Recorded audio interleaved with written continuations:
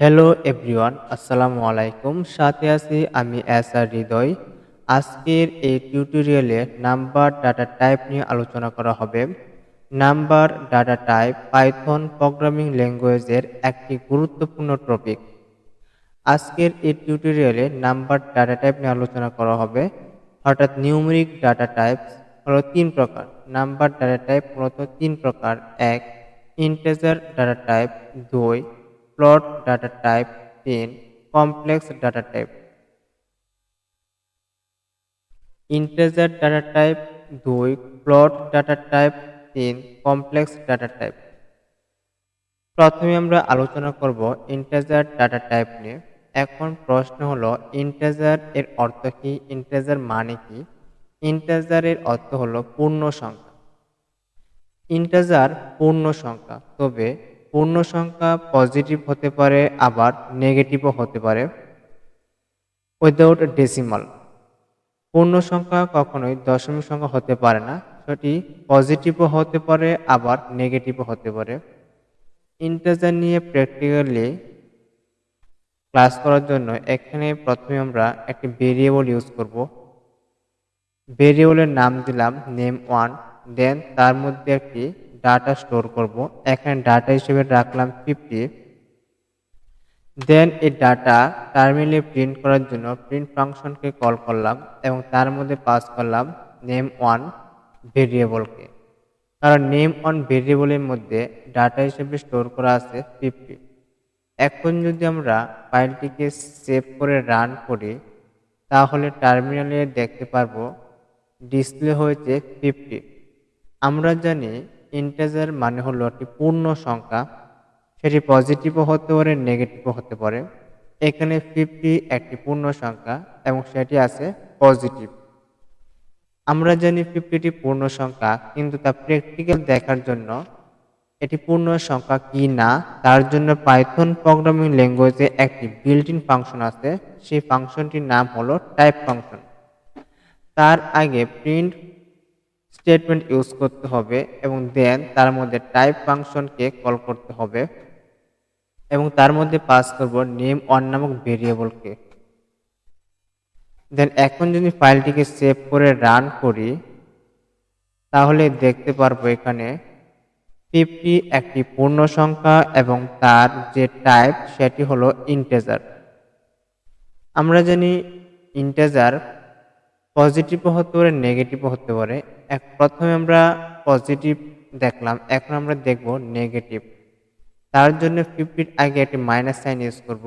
দেন ফাইলটিকে সেভ করে যদি রান করি, তাহলে দেখতে পারবো -50 ভ্যালু, অর্থাৎ ডাটা হলো -50 এবং এই -50 ডাটার যে টাইপ সেটি হলো ইন্টিজার। তার মানে কি, এটি একটি ইন্টিজার টাইপ ডাটা।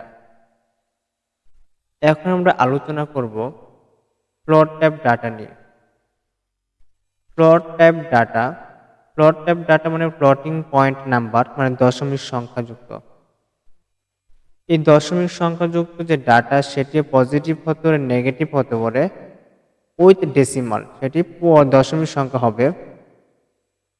এখানে আমরা প্র্যাকটিক্যালি দেখার জন্য প্রথমে একটি ভেরিয়েবল ইউজ করব এবং নাম দেব নেম2 এবং তার মধ্যে স্টোর করব 40.5। 40.5 এর একটি দশমিক সংখ্যা এবং তাকে প্রিন্ট করার জন্য প্রিন্ট ফাংশনকে কল করব। দেন তার মধ্যে আমরা ভেরিয়েবলকে পাস করব। ভেরিয়েবলটি হলো নেম2। এখন আমরা যদি ফাইলটিকে সেভ করে রান করি, তাহলে দেখতে পারবো টার্মিনালের মধ্যে শো হয়েছে 50.5। একটি দশমিক সংখ্যা। আমরা জানি দশমিক সংখ্যা পজিটিভ হতে পারে, নেগেটিভ হতে পারে।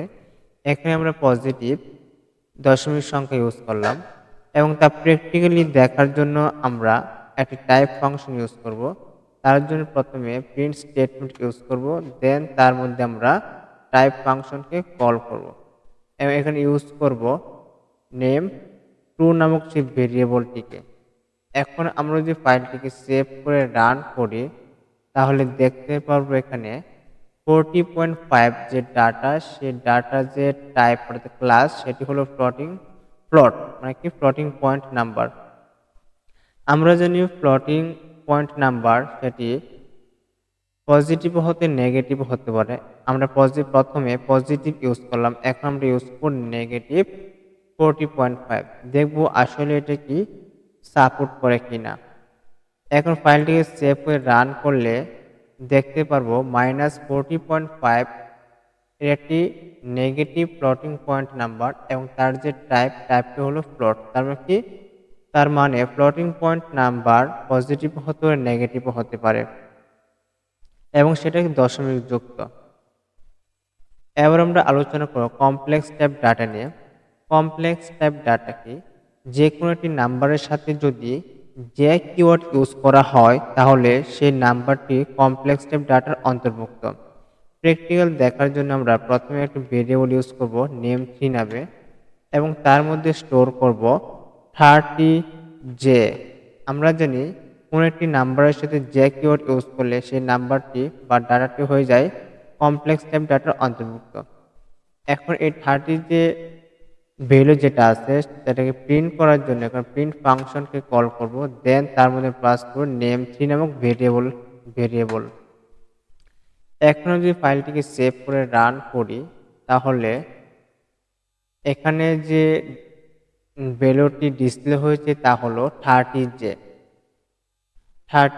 এবং এই 30j যে একটি কমপ্লেক্স ডাটা তা চেক করার জন্য আমরা এখানে প্রথমে প্রিন্ট স্টেটমেন্ট ইউজ করব, দেন তার মধ্যে আমরা টাইপ ফাংশনকে কল করব। এই টাইপ ফাংশনের মধ্যে পাস করব কি নেম 3 নামক ভেরিয়েবল। ওকে, এখন যদি আমরা ফাইলটিকে সেভ করে রান করি তাহলে দেখতে পারবো টার্মিনালের মধ্যে ডিসপ্লে হয়েছে 30j ভ্যালু এবং তার যে টাইপ ক্লাস সেটি হলো কমপ্লেক্স। তার মানে যে 30 যে ডাটা সেই ডাটাটি কমপ্লেক্স টাইপ ডাটার অন্তর্ভুক্ত। আমরা জানি 30 কোনো একটা নাম্বারের সাথে যে কিওয়ার্ড ইউজ করলে সেটি মূলত কমপ্লেক্স টাইপ ডাটার অন্তর্ভুক্ত। যে ছাড়া অন্য কোনো কিওয়ার্ড ইউজ করলে সেটি কখনোই কমপ্লেক্স টাইপ ডাটার অন্তর্ভুক্ত হবে না। তা প্র্যাকটিক্যাল দেখার জন্য আমরা এখানে যে এর পরিবর্তে আমরা এখানে ইউজ করব কে ইউজ করার পর এখন যদি আমরা ফাইলটিকে সেভ করে রান করি তাহলে দেখতে পারবো এখানে সিনট্যাক্স এরর শো হয়েছে। সিনট্যাক্স এরর তার মানে কি 30কে কখনোই কমপ্লেক্স ডাটার অন্তর্ভুক্ত না। এখন আমরা কে এর পরিবর্তে ইউজ করব আই ইউজ করার পর যদি ফাইলটিকে আবার সেভ করে রান করি তাহলে দেখতে পারবো আবারও শো হয়েছে সিনট্যাক্স এরর। তার মানে কি 30i এটাও কি কমপ্লেক্স ডাটা টাইপের অন্তর্ভুক্ত না। এখন যদি আমরা আবার 30j ইউজ করি এবং ইউজ করার পর যদি ফাইলটিকে সেভ করে রান করি তাহলে দেখতে পারবো এই যে 30j যে ডাটা সেই ডাটাটি হলো কমপ্লেক্স ডাটা টাইপের অন্তর্ভুক্ত। আজকের এই টিউটোরিয়ালে প্রথমে আলোচনা করলাম number data type. Number data টাইপকে প্রধানত 3 ভাগে ভাগ করা হয়েছে। 1 নম্বর হলো ইন্টিজার ডাটা টাইপ, 2 নম্বর ফ্লোট টাইপ ডাটা, 3 নম্বর কমপ্লেক্স টাইপ ডাটা। প্রথমে আমরা আলোচনা করেছি ইন্টিজার টাইপ ডাটা নিয়ে, দ্বিতীয়ত আমরা আলোচনা করেছি ফ্লোট টাইপ ডাটা নিয়ে, তৃতীয়ত আলোচনা করলাম কমপ্লেক্স টাইপ ডাটা নিয়ে। আজকের এই টিউটোরিয়ালটি এ পর্যন্তই। দেখা হবে আগামী টিউটোরিয়ালে। তবে আজকের এই টিউটোরিয়াল নিয়ে কোনো মন্তব্য থাকলে অবশ্যই আপনি সেই মন্তব্যটি কমেন্টে করে রাখবেন।